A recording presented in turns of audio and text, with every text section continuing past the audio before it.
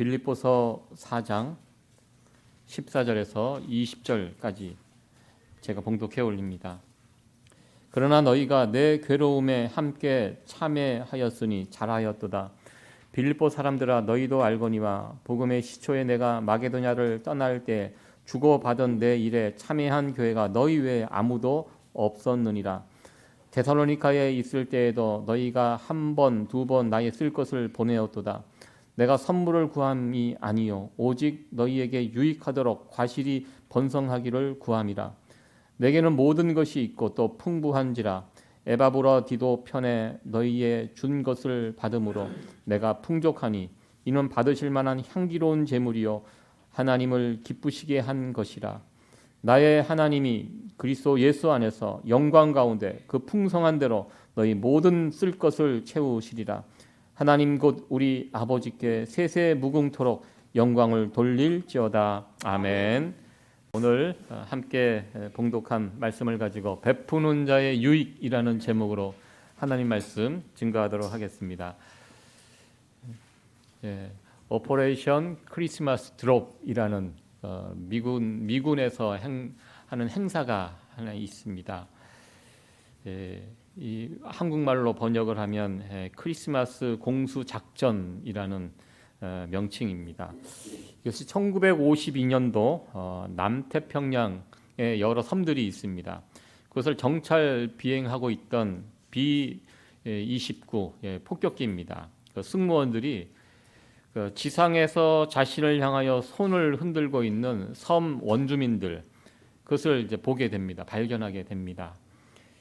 그래서 자기 반갑게 손을 흔들고 있는 원주민들에게 그 기내 안에서 여러 가지 물건들을 휴지, 생수, 간식거리 이런 것들을 모아서 낙하산에 달아서 밑으로 떨어뜨리게 됩니다. 사실 별거 아닌 물건이었습니다.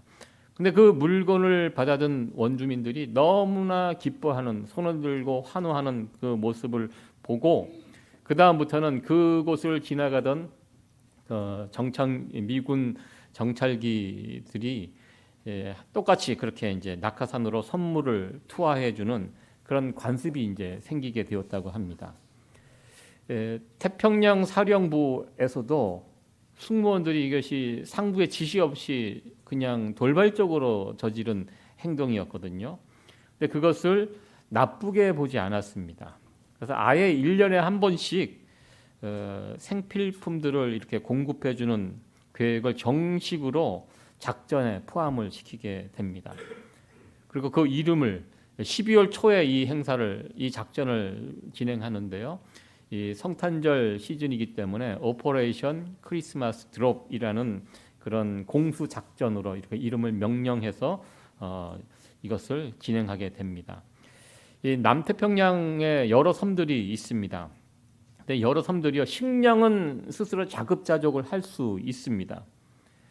따뜻한 지역이기 때문에 먹는 것은, 먹고 사는 문제는 그렇게 지장이 없습니다. 그러나 다른 공산품들, 그리고 생필품, 의약품 이런 것이 절대적으로 부족합니다.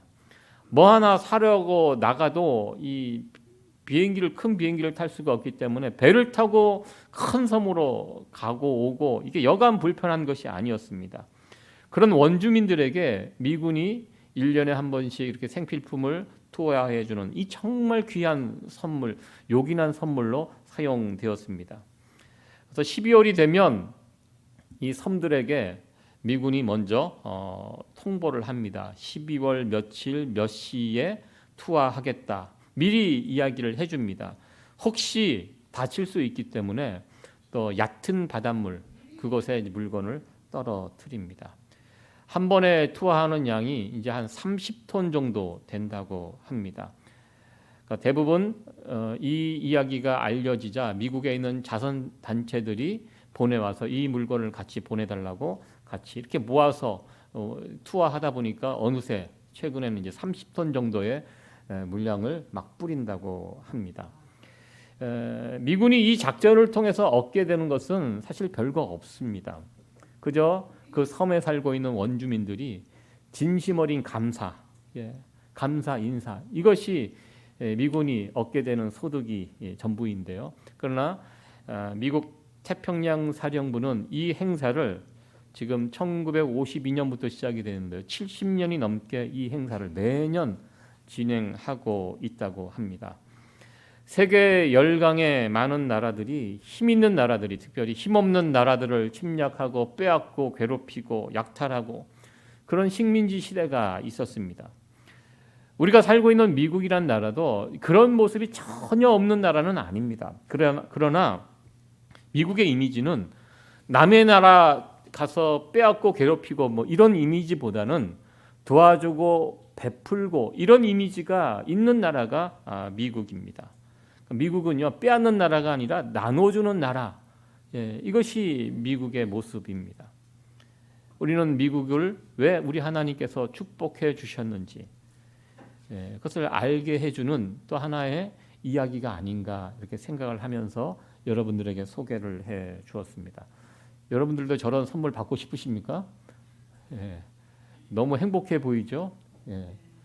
참 미국이 좋은 일 참 많이 하는 나라입니다. 지난주에는 빌립보 교회가 사도 바울을 위해서, 감옥에 갇힌 사도 바울을 위해서 선교 헌금을 모아서 사도 바울에게 전해주는, 그러면서 그 선교 헌금을 받을 때 받는 자의 마음과 태도가 어떠해야 하는지 이 부분에 관해서 함께 말씀을 나누어 봤습니다. 선교 헌금을 누군가 무엇인가를 받을 때 어떻게 받으라? 기쁘게 받으라. 참 기쁘다, 행복하다, 참 맛있다, 참 좋다. 준 사람 앞에서 이것을 정말 그냥 감사합니다 이거보다는 기뻐하는 거, 이것이 참 좋고요. 그리고 내가 왜 기쁜지 구체적으로 설명을 하는 것도 참 좋다, 필요하다. 지난 시간에 말씀을 드렸습니다. 지난 시간에 사도 바울은 참 기쁘다, 이 두 가지 이유에서 기뻐한다고. 내가 그동안 빌립보 교회를 위해서 복음의 씨를 뿌렸는데 이 뿌린 씨가 드디어 너희들이 보내준 이 헌금을 보니까 그 씨가 싹이 났다. 그렇게 하면서 기뻐했으면 내가 수고한 것이 헛수고가 아니었구나. 당신들도 나와 같이 복음에 참여하는 것을 참 원하는구나. 이 보내준 선교 헌금을 통해서 이 싹이 났다라고 이렇게 칭찬을 해줍니다. 그래서 기쁘다. 그리고 두 번째 이유는 이 선교 헌금을 내가 이렇게 한 번 받았지만, 사실 한 번 받았지만 그동안 빌립보 교회가 사도 바울을 위해서 여러 번 그 마음을 주고 드리려고 했는데 그 기회가 없었는데 이번에 드디어 기회를 얻어서 이렇게 받게 되었는데, 한 번 받았지만 너희들 나를 향한 마음이 한 번만이 아니라 여러 번 있었던 것을 내가 알고 있다. 이렇게 사도 바울은 빌립보 교회, 이 귀한 선물을 준 빌립보 교회의 마음을 헤아리면서 기뻐하고 감사하는 이런 모습을 보여주었습니다.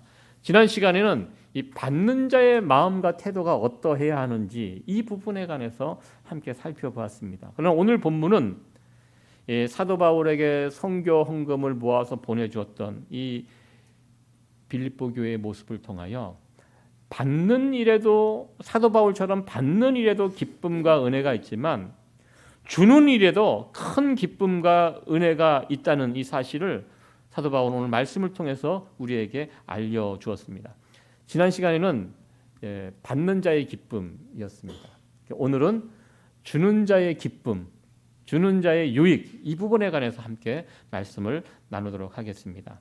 첫 번째 유익, 주는 자가 어떤 유익과 기쁨을 누리는지, 첫 번째, 받는 것보다 주는 것이 더 잘하는 것입니다. 지금 이 이야기를 하고 있습니다. 사도 바울은 빌립보 교회가 선교하는 일에, 손을 펼쳐서 선교하는 일에 동참한 거, 이 부분에 대해서 칭찬을 해 줍니다. 오늘 말씀 14절 말씀인데요. 같이 한번 말씀 읽어보도록 하겠습니다. 시작. 그러나 너희가 내 괴로움에 함께 참여하였으니 잘하였도다.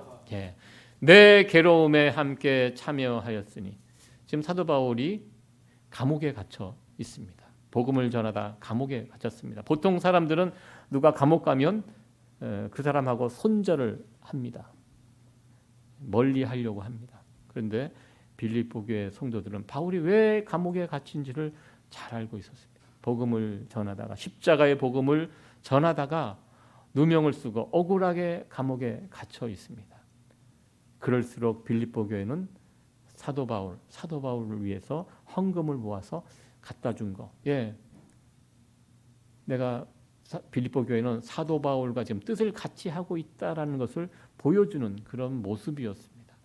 그래서 이 받고 이 어려움에 처한 사도 바울에게 손을 펼쳐서 베푸는 이 일을 보면서 사도 바울은 잘했다고, 참 잘했어요, 이렇게 칭찬을 하였습니다.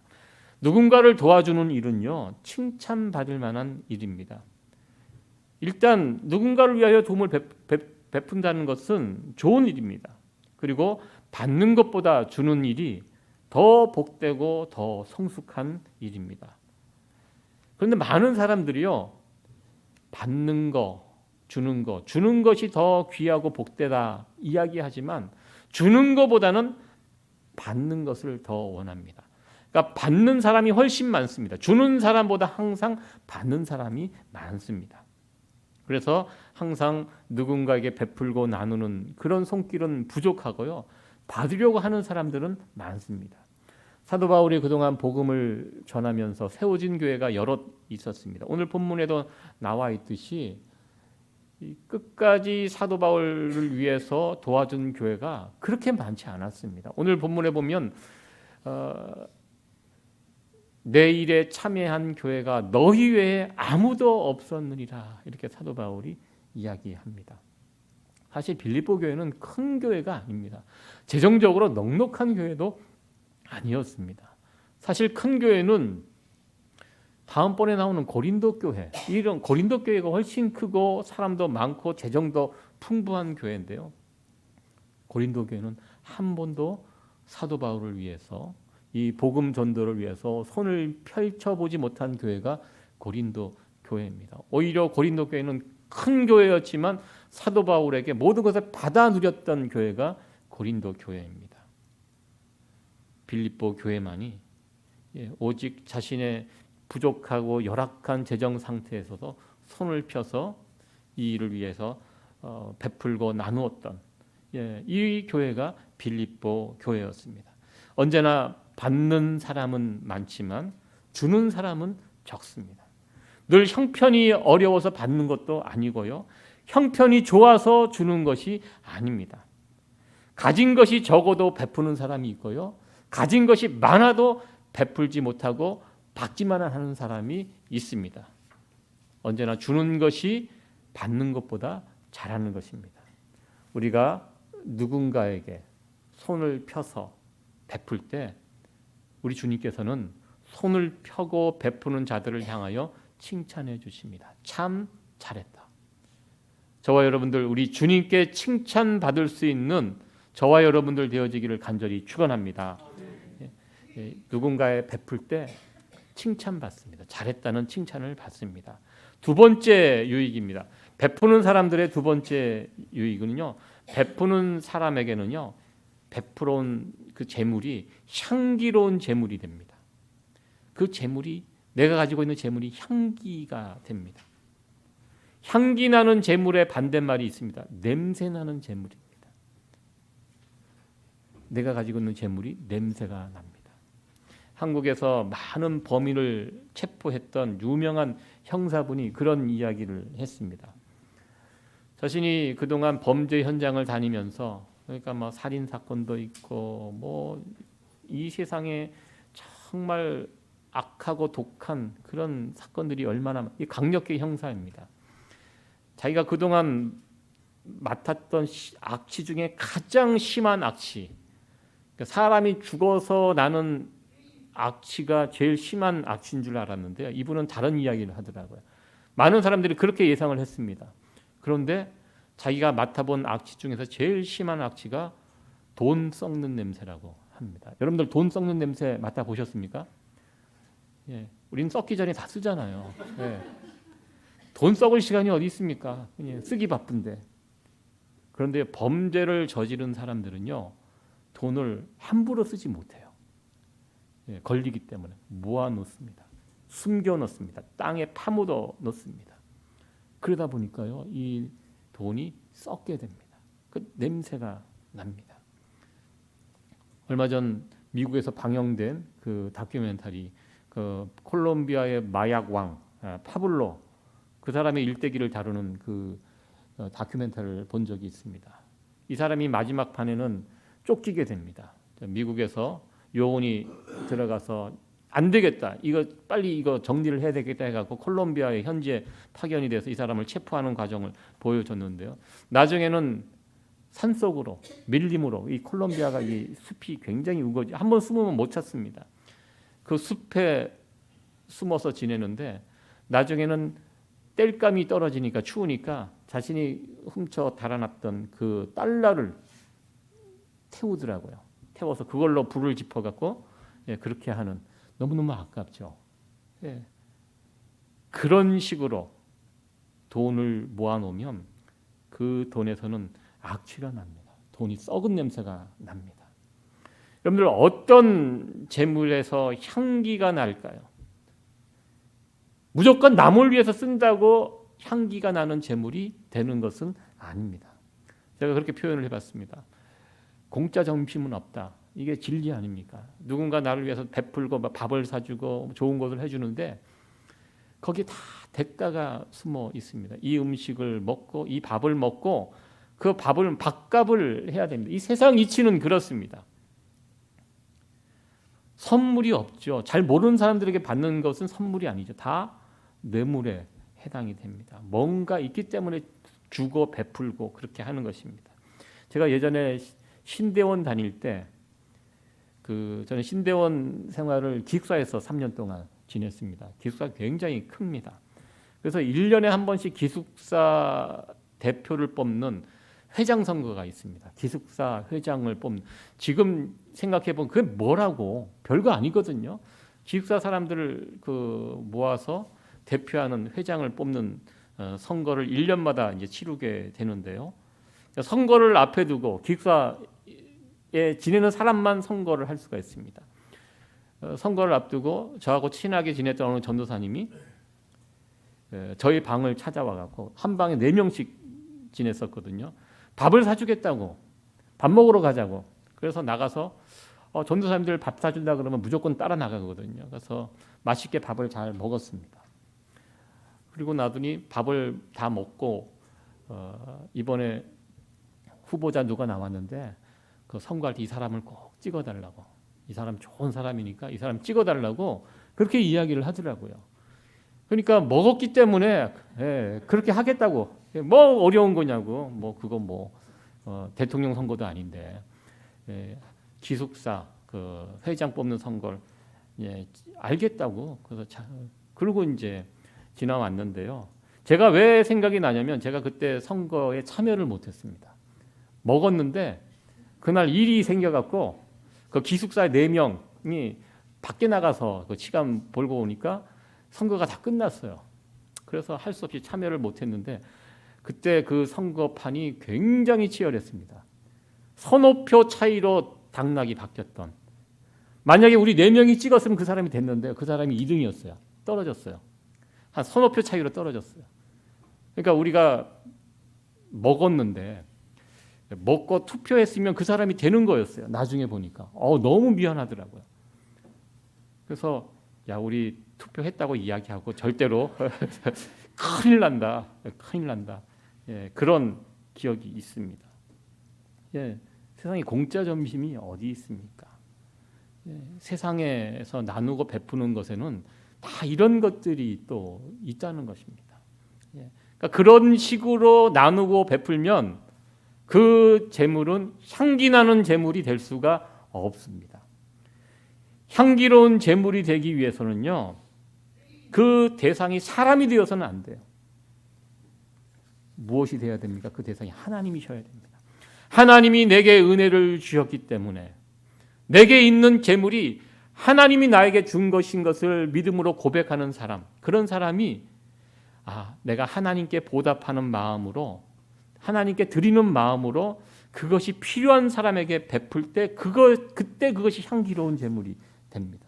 내가 이 재물을 통하여 저 사람의 마음을 뺏어야지, 저 사람을 올가매야지, 이런 식으로 나누고 베풀면, 그렇게 나누고 베풀어진 재물은요, 향기로운 제물이 될 수가 없습니다. 우리가 나눌 때, 베풀 때 이 마음이 중요해요. 지금 내게 있는 이 제물, 내가 내 힘으로 벌어서 내 것이다, 이렇게 생각하면요, 이 향기로운 제물로 사용하기가 쉽지 않습니다. 이 피 같은 돈을, 이게 여러분들 세상에 공짜가 어디 있습니까? 남들이 주는 이 피 같은 돈입니다. 다 무슨 목적을 두고 이렇게 하는 거 아니겠습니까? 그러나 이것이 향기로운 제물이 되기 위해서는 이 목적이 바뀌어야 돼. 하나님께서 내게 주신 것이다. 내가 하나님께 보답하는 마음으로 그것이 필요한 사람들에게 나누어질 때, 그런 마음으로 나누고 베풀 때 그 제물은 향기로운 제물이 될 수가 있습니다. 또한 무엇인가 나눌 때요, 향기로운 제물이 되기 위해서는요, 내게 필요한 것, 내게 중요하고 지금도 가치 있는 것을 나눌 때 그것이 향기로운 제물이 됩니다. 다 쓰고 남은 거, 더 이상 필요 없는 거, 내게는 별로 중요하지 않는 거, 이거 나누는 것은 향기로운 제물이 될 수가 없습니다. 예, 그것도 귀합니다. 그냥 버리는 것이 아니라 누구 필요한 사람 가져가라고 내놓는 것도, 이것도 귀한 것이지만요, 정말 향기로운 제물이 되기 위해서는 내게도 필요하고 당신에게도 필요한 것, 내게도 소중한 것이고 당신에게도 소중한 것, 이것을 나눌 때 이 제물은 향기로운 제물이 됩니다. 제가 예전에 교회에서 시니어 센터에서 컴퓨터반을 맡아서 운영한 적이 있습니다. 제가 컴퓨터를 잘한다고 생각을 했던 것 같아요. 그래서 저에게 그 반을 맡겨서 제가 몇 년 동안 어르신들 대상으로 컴퓨터 교육을 했습니다. 봄, 가을, 항상 제가 지금도 생각하는 게, 어르신들 그 컴퓨터 되게 낯설잖아요. 그래서 항상 컴퓨터 끄고 켜는 것부터 가르쳤던, 한 학기 내내 배워도 다음 학기 오면 다시 처음부터 컴퓨터 어떻게 켜는지. 여러분들 컴퓨터 끄시는 거 아세요? 그 정도는 아시죠? 이거 잘 교육을 안 되면요, 컴퓨터 끄라 그러면 그냥 끕니다. 전기 그냥 뽑아버리고 막 이렇게 하시는데, 그런 것부터 이렇게 해서 은행 어카운트, 인터넷 어떻게 사용하시고, 신문 어떻게 보시고, 뭐 이런 것을 이제 그 교실, 또 문서를 작성해 갖고 어떻게 저장하고, 필요한 거 어떻게 불러내고, 요 정도 하는데, 뭐 젊은 사람들은 뭐 1시간이면 배울 것을 한 학기 내내 이제 하면서 다음 학기 나타나면 또 다 잊어먹고 다시 처음부터 다시 하고 뭐 해서 했던 기억이 있습니다. 그때 이제 컴퓨터 교실을 하는데, 컴퓨터가 그래서 한 10몇 대가 필요해서 교회에다 광고를 하고 기증을 받겠다, 기증해달라고 광고를 했었습니다. 뭐 교회 재정으로 살 수 있었지만 뭐 이렇게 고급 컴퓨터가 필요한 상황이 아니었기 때문에, 컴퓨터 자녀들이 쓰다가 놔둔 거 이렇게 있으면 교회에다가 기증해달라고 이렇게 광고를 했는데요. 나중에 보니까 사람들이 컴퓨터를 막 들고 오시는데, 5년 전에 2,000불 주고 샀다고 그러시더라고요. 5년 전에. 그러니까 5년 전에 2,000불 주고 산 거기 때문에 이 컴퓨터가 골동품이 아니잖아요. 시간이 갈수록 비싸지는 것이 아니잖아요. 제가 보기에는 이제 100불도 안 되는 그런 컴퓨터입니다. 그런 거를 막 가져왔는데, 어떤 거는 쓰지 못하는, 그리고 지금은 다 없어졌지만 이렇게 배불뜨기 모니터 큰 거 있잖아요. 무거운 거. 막 이런 걸 막 들고 오시고, 나중에 모아 보니까 상당수를 그냥 아쉽지만 버려야 하는. 그래서 나중엔 이 배불뜨기 컴퓨터 안 받는다고. 그래서 이게 얇은 걸로, LCD 얇은 거 가져오시면 받겠다고. 그래서 이제 막 받았던 그런 기억이 있습니다. 받는 사람에게도 필요하고 받는 사람에게도 가치가 있는 거, 그것을 나누고 베풀 때 이 향기로운 제물이 되는 것입니다. 저와 여러분들은 나누는 제물이 향기로운 제물이 되어 수 있기를 간절히 축원합니다. 세 번째로 베푸는 자들이 얻게 되는 유익이 있습니다. 세 번째 유익은요, 우리가 베풀 때, 무언가를 베풀 때 하나님께서 풍성하게 채워주시는 은혜를 누리게 된다는 것입니다. 19절 말씀인데요, 우리 19절 말씀 같이 한번 읽어보도록 합니다. 시작. 나의 하나님이 그리스도 예수 안에서 영광 가운데 그 풍성한 대로 너희 모든 쓸 것을 채우시리라. 아멘.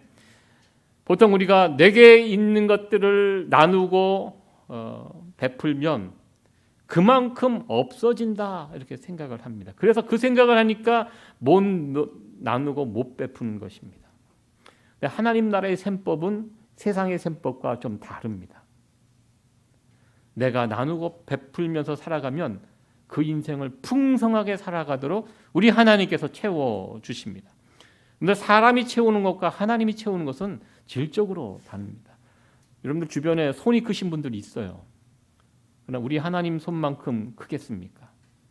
사람이 아무리 채워도 만족할 수 없지만 그러나 우리 하나님께서 채워주신다면 사람이 채우는 것과 비교할 수 없습니다. 우리가 살아가는 이 세상을 보면 참 부족함이 많습니다. 특별히 이 먹고 사는 문제.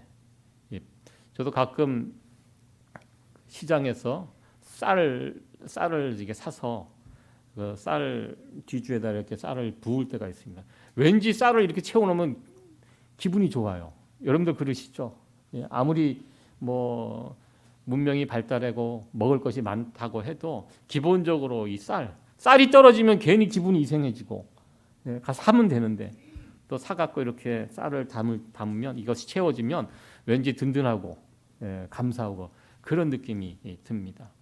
여러분들 지금도 아직도 전 세계적으로 굶어 죽어가는 사람들이 8억 정도 된다고 합니다.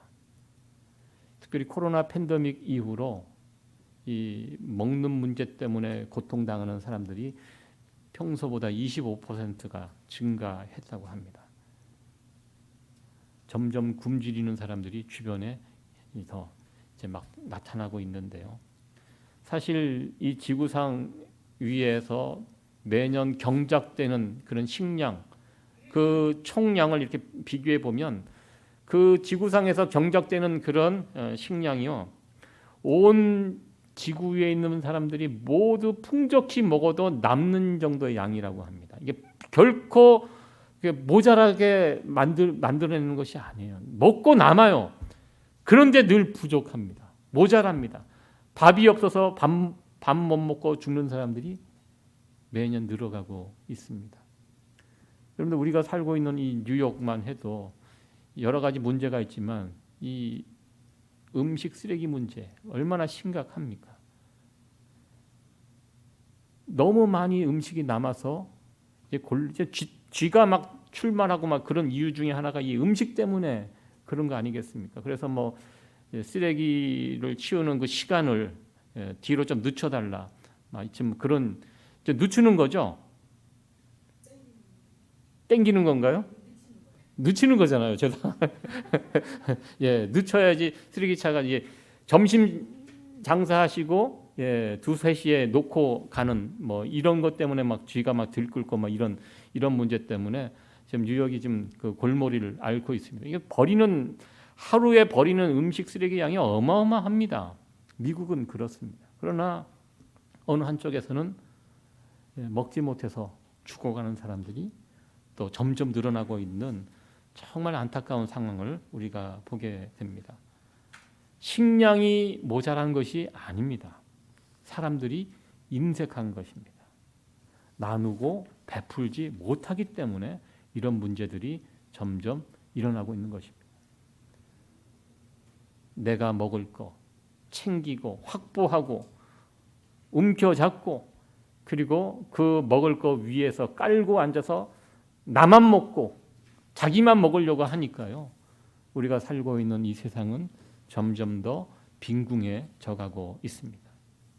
그러나 우리가 우리의 손을 펴서 나누고 베풀면서 살아가게 되면 우리 하나님께서 그러한 인생들에게 더 채워주시고 풍성하게 살아가는 은혜를 경험하게 해주십니다.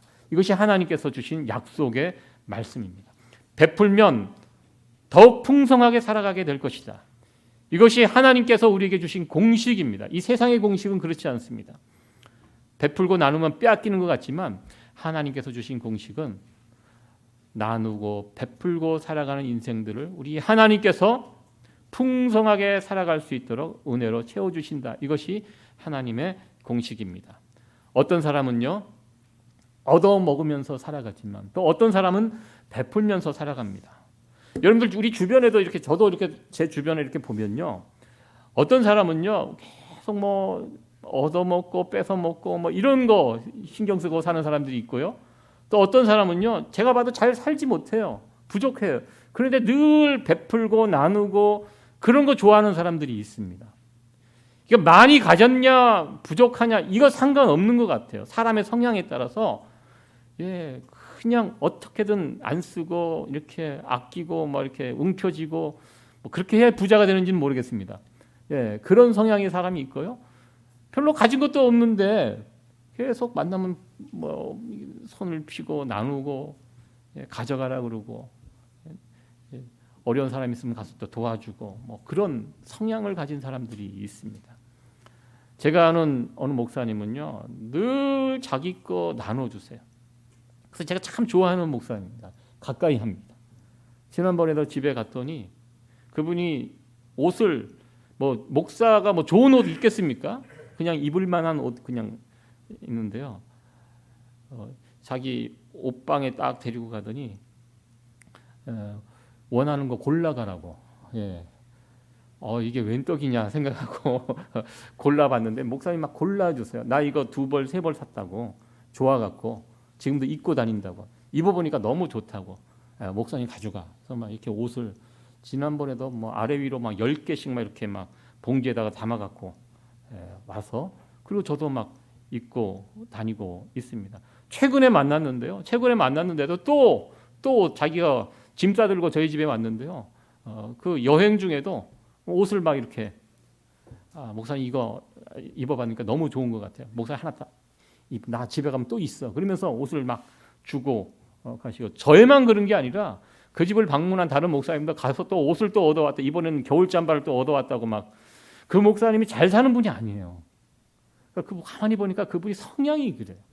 누구 만나면 자기 거 주고 또 밥 사주고 계속 옆에 계신 사모님만 고달프죠. 혼자 그냥 목사로서 막 그렇게 나눠주고 이렇게 사시는. 제가 받을 때마다 사모님 표정을 보거든요. 근데 뭐 다른 분들은 모르겠지만 저에게 주는 것은 사모님들 별로 이렇게 개의치 않는 것 같아요. 감사하게 제가 받고 잘 사용하고 있습니다. 몸에 배어 있어요. 베풀고 나누는 것이. 여러분들은 어떤 모습이 여러분 몸에 배어 계십니까? 늘 받고 또 받고 그런 것이 몸에 배어 있으십니까? 아니면 주고 베풀고 이런 모습이 여러분 몸에 배어 계십니까? 나는 앞으로 주고 베풀며 살겠다.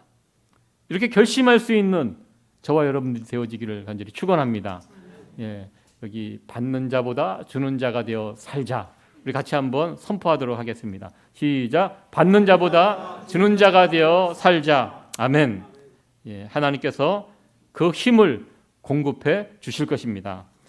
말씀을 마치도록 하겠습니다. 오늘 말씀을 통해서 베푸는 자들이 누리게 되는 유익에 대해서 함께 살펴보았습니다. 기쁨으로 잘 받고 기쁨으로 잘 나누면서 살아가는 삶이 행복한 삶입니다. 잘 베풀면서 살아가는 인생을 우리 하나님께서 보시고 우리 주님께서 보시고 참 잘했어요. 이렇게 칭찬해 주실 것입니다.